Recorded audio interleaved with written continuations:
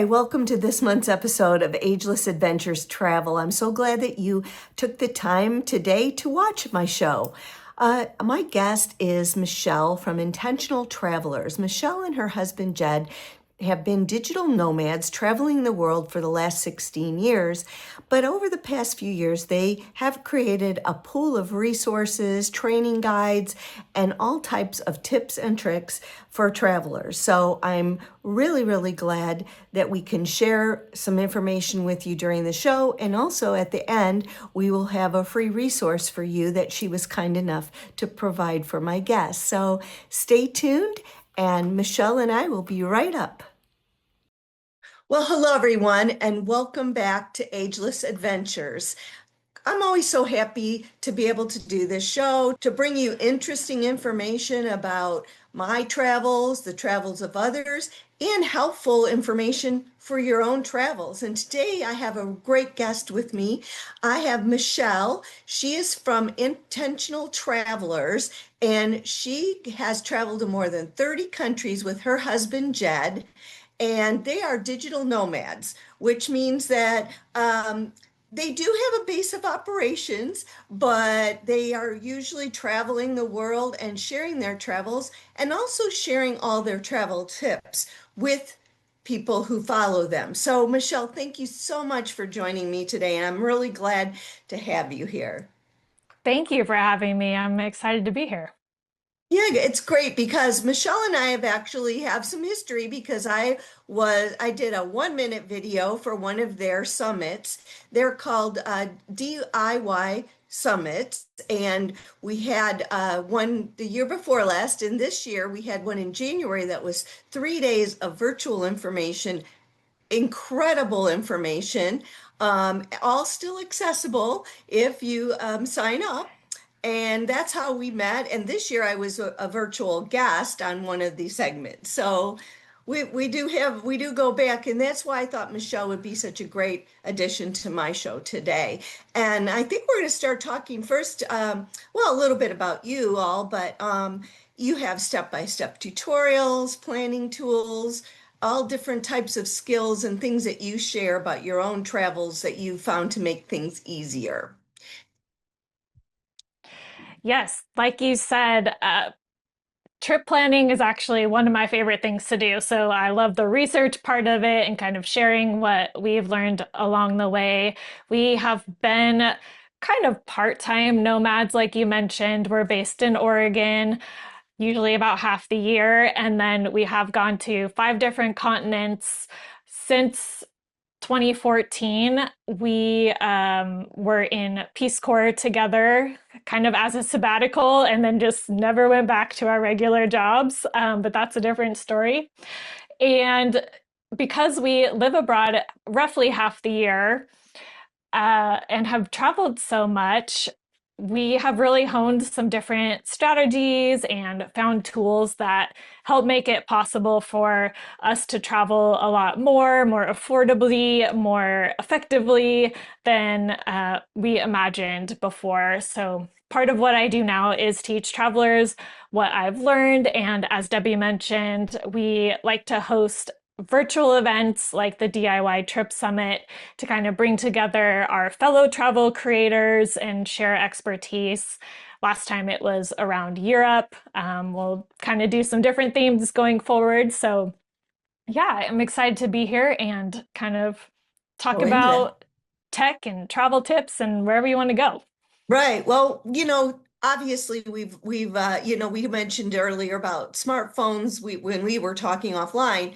That's one of the harder things that it is that I find when I teach. Is the use of smartphone and the apps and eSIM. So if you can just share a little bit about, like, you have tutorials on smartphone use as well, but if you have maybe like the top couple of tricks that you recommend to travelers, particularly my audience tends to be older. And I've done my best on my tech show to help them learn tech, but there's still, I even find myself sometimes challenged by, an eSIM that doesn't work. And, somebody's probably sitting at home watching right now going, what's she talking about? But, what do you feel like when what do you open with when we're talking about smartphones to travelers? Yeah, none of us grew up with smartphones, me included. I became an adult before smartphones were invented. So, in a way, I'm with you. I hear from a lot of people, most of us do use our smartphones every day at home, some folks more than others. And I know the technology just changes so fast. It's hard to keep up. And there's a little bit of a tendency to want to ignore it. So I think it's important to know, like, what are the essentials so that you don't have to get overwhelmed with all the different apps and all the things that you need to keep up with. So my goal is to keep myself up to date, but be able to translate for people in a simple way, what are really the essential things to know, to be able to do, and help people be aware that even though you do use it at home quite a bit, there are additional things that you need to be aware of when you go abroad, especially some things to keep in mind. And these days, it's really hard to travel without some smartphone savvy.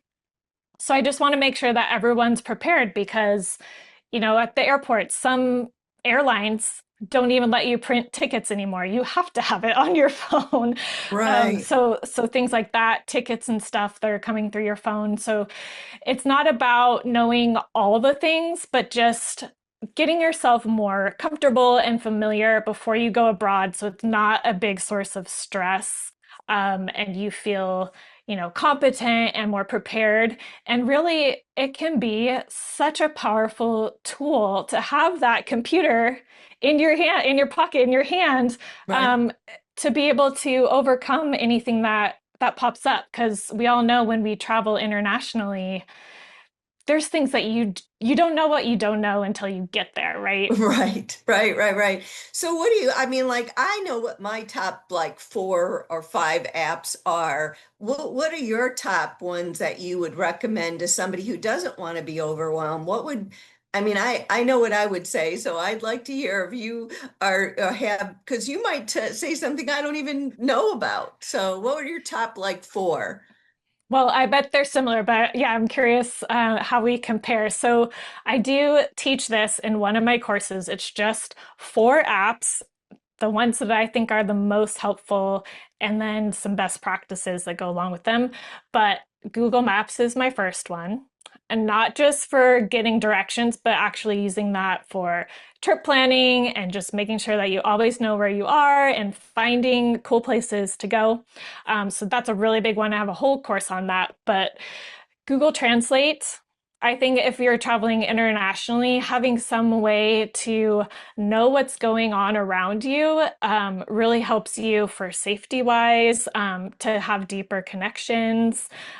So being familiar with all the different ways to use Google Translate, not just in text, but using the camera option, using the audio back and forth conversation option are really powerful.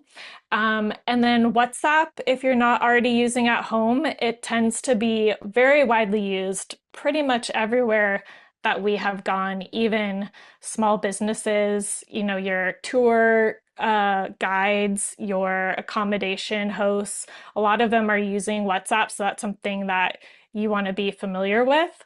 Mhm. And it doesn't, you don't have to be roaming. You can use it on Wi-Fi. You can use it on your eSIM or your international SIM card, which I'm sure we can talk about as well. And then the other one that, I don't use at home is ride hailing apps.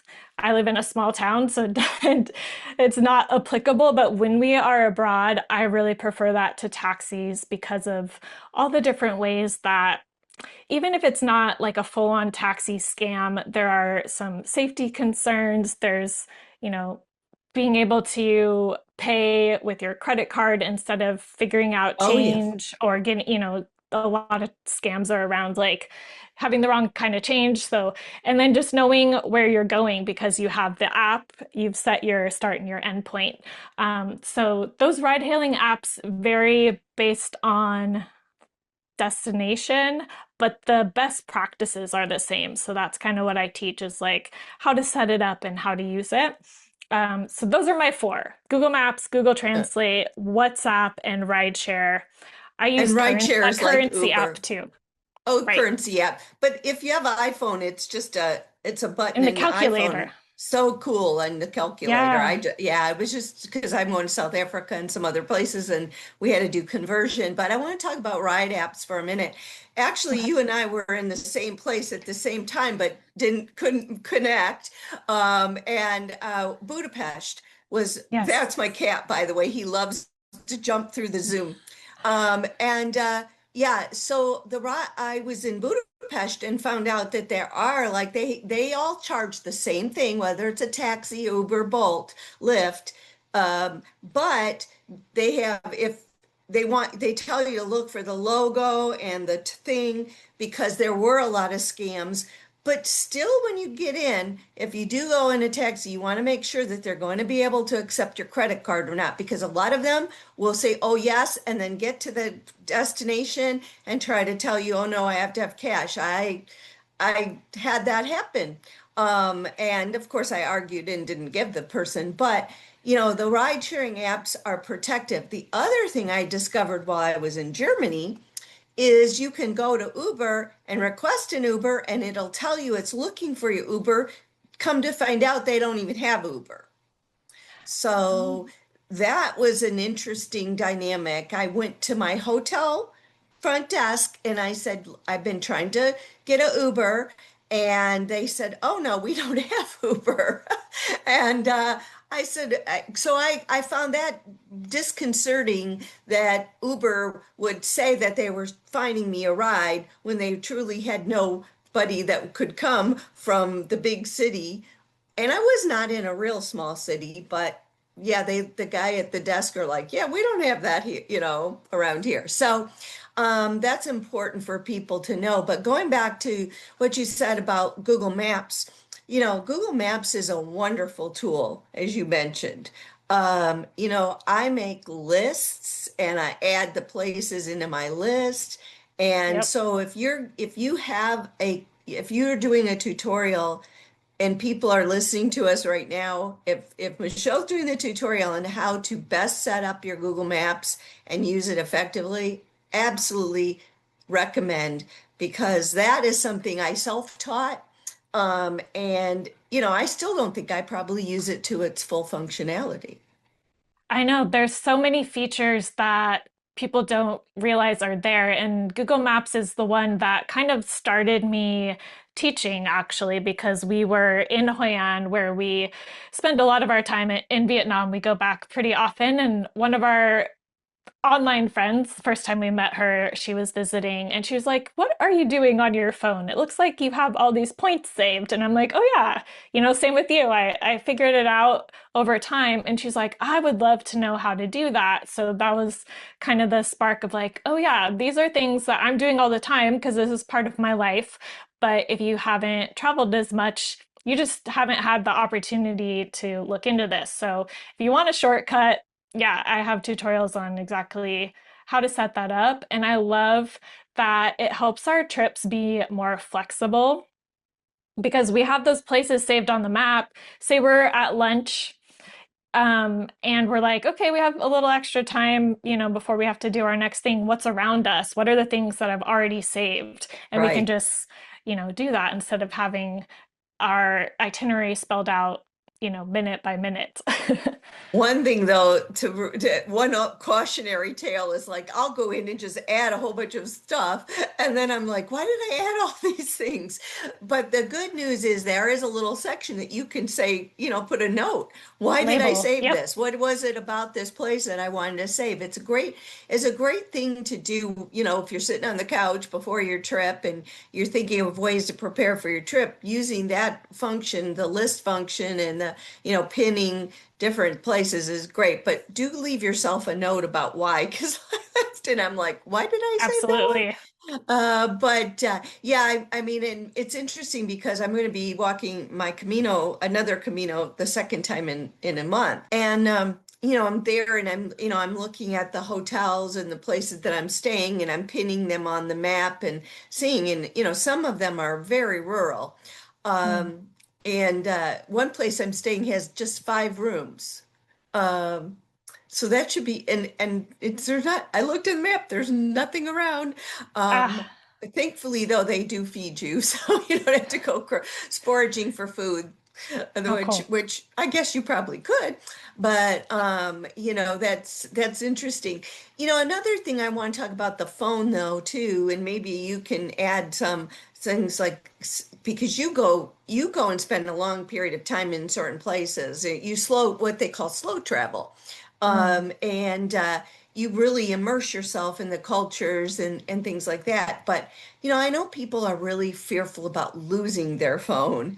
Um, do you have anything that you like specifically think about as far as like do you have a tether? What are your protective measures for your phone? Yeah, Tether is a really good one. We talk a lot about this in our trip security spotlight, which you were a part of. So that's another resource that we have for folks. And phones really are one of the phones and devices and valuables. It's kind of one of the biggest like security issues, more so than, like violent crime in most places you don't really have to Right. worry about. But whenever there are a lot of tourists, that's an easy target.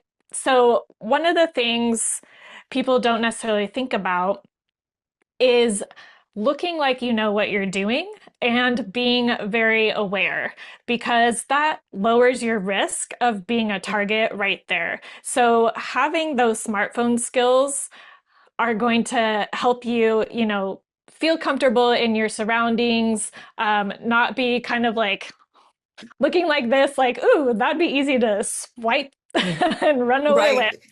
Right. Um, The e-bike rider rides right by while you're looking around with your phone and takes it right out of your hand. That's been very common in London, the e-bike riders coming by and taking Everywhere. the phones.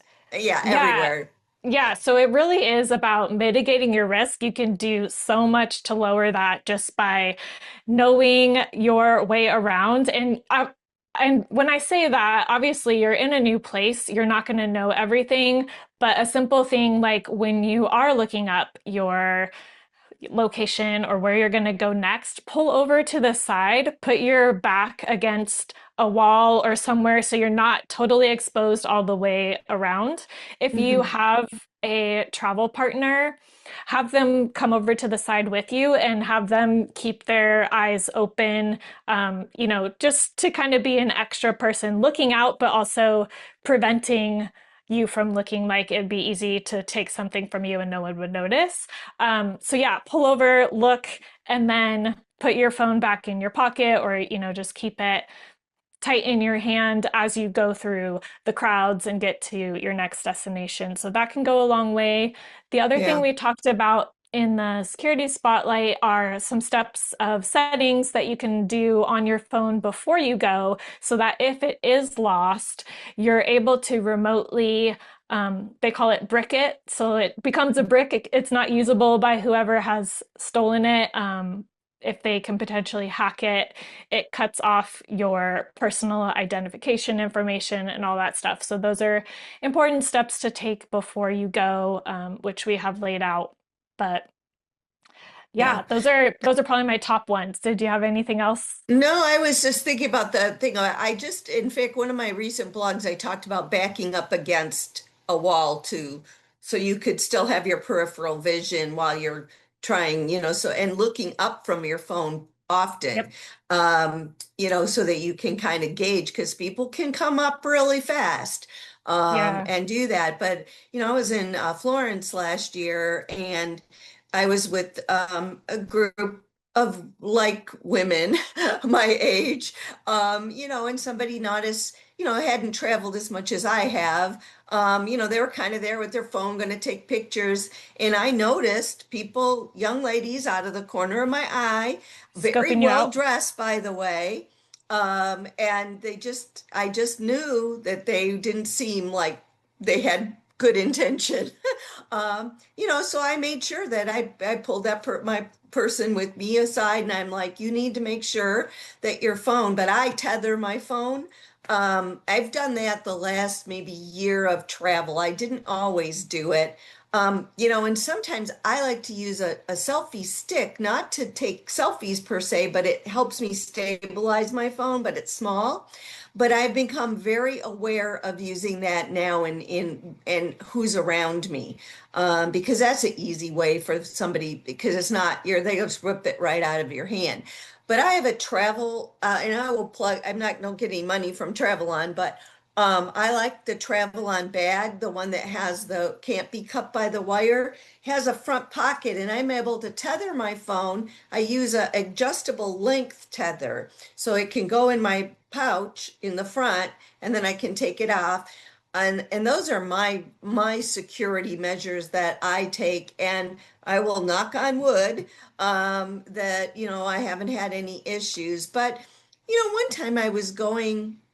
I don't think it was my last trip. I'm trying to think where I was going. I have an old iPhone and I never turned it in because I thought I would rather just keep it. I traveled with my extra iPhone as a precaution and Mm. had it just in case something happened to my phone.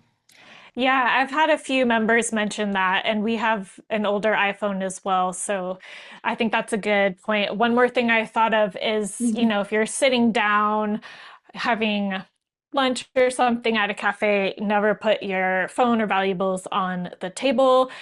And also, Or the back of the chair. yeah, people just have really elaborate ways of, they'll put a newspaper over it and or they'll like have one person distract you and the other person pull it away. So, yeah, if you do get your phone stolen, you are not alone by any means. There are very kind of yeah, It's elaborate hard, ways isn't? that people are Yeah. doing these things, but But all you can do knowledge is your best. And knowledge is power. By knowing these options, that's what we're here to, knowledge is power. The more you know about these tricks, the easier it can be to help hopefully protect yourself. I go to very elaborate measures when I sit down. I, put my leg through my pouch and have it under my legs so I can feel it. And often if I do have my phone tethered, I'll put it like inside, like in front of me or something. I travel often on the off season, so often I do have either a sweater, a coat, a puffy vest, so that I do have that extra thing. My puffy vest has a pouch, like a inside. It's not really a pocket, but it works. Yeah, yeah. It works. So yeah, but knowledge is power, and that's really what this episode is about. Being cognizant, take the time to learn these things. And there are people like Michelle who have the classes. I don't do my classes like that anymore. But there are a lot of ways to do this. And Michelle has some free content. She has some content that's fee-based, but well worth it. Any sneak peeks at what the next summit might be about, or we're still talking about it? Well, I'm pretty sure we're gonna do Asia, first time Asia travel, and specifically East and Southeast Asia. So Japan, Korea, Thailand, those All right. places. Yeah, That's on my radar, so that'll all be a good learning experience for me as awesome. well. And I actually have a couple of clients. They want to go to Japan and Korea. So that'll be perfect. They'll be Yeah. very anxious in learning about that. I do think that's a very popular thing. And right now there's a lot of apprehension about international travel. And I do my best to alleviate what I can. But Japan and Asia and those countries, Thailand, all those countries are still very popular. They're very safe for a lot of my people who are solo travelers. Yeah.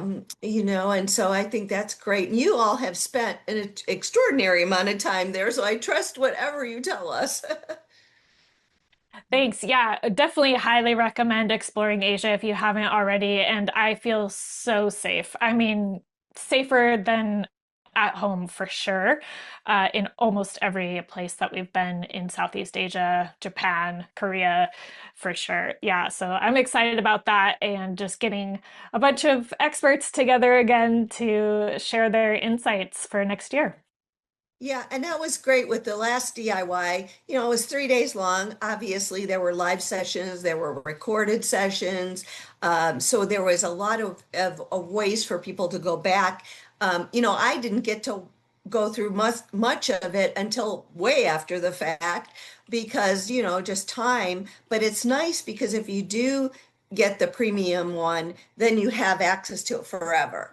And you can go back and refresh your memory because that's another thing of what you're talking about, like your phone and the apps and things. If they're not things you use every day, you forget. You forget how to use certain aspects of them or whatever. And one of the things I've taken to doing, and you might have to do this too, I make sure before I leave that everything's updated, that I can log in, that they aren't suddenly asking me for two-factor authentication where they might not have done it before. I did add a tip I think it was on my last episode about face recognition and how to disable that depending on where you're at. If you don't want face. But, so many apps now are using face recognition, particularly if you're using an iPhone. Yeah. So that's one thing I really recommend. Do you have any final recommendations before we say goodbye? Well, sure.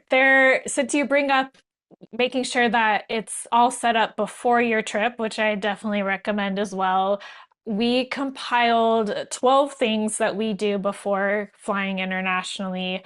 So that's a free resource that we're giving away. It's part of one of our courses, but folks can sign up. But it's just, yeah, international.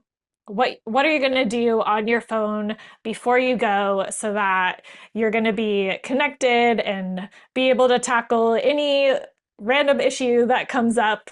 Uh, so having, these 12 things in place will help you land and feel more prepared. Which is great, which is absolutely great because there's nothing worse than getting off the plane and walking down that long hallway and going, oh my gosh, I forgot to do blank. And it When happens, you're tired and you're stressed, you've just been traveling for 12 hours. Yeah. or more. Nope. All right. Well, Michelle, this has been great. I again will add all of Michelle's information, how you can get that free the 12 steps to take. I'm going to look at that because there's probably a step that I didn't even think about myself. And I can't wait to be a part of your next event. And where are you all off to next? That's a good question. We do a little domestic travel for conferences that we work at, but our next international is probably Peru, and then we'll be Oh, going back to Europe. Yeah. oh, cool. Peru. All Yeah. right. Well, thank you again, Michelle, for your time. I really My appreciate pleasure. it. I know we'll be in touch on our own, but safe travels to you and to Jed, and I can't wait to read all about it. All right. Thank Happy you. travels. Bye-bye. Well, thanks for watching today. I love doing this show. I love traveling the world. I love sharing it with you and hope that you continue to enjoy these episodes for as long as I make them. So, everybody take care. Stay safe when you travel. If you have any questions, you know how to get a hold of me. And that's it. Thanks for watching.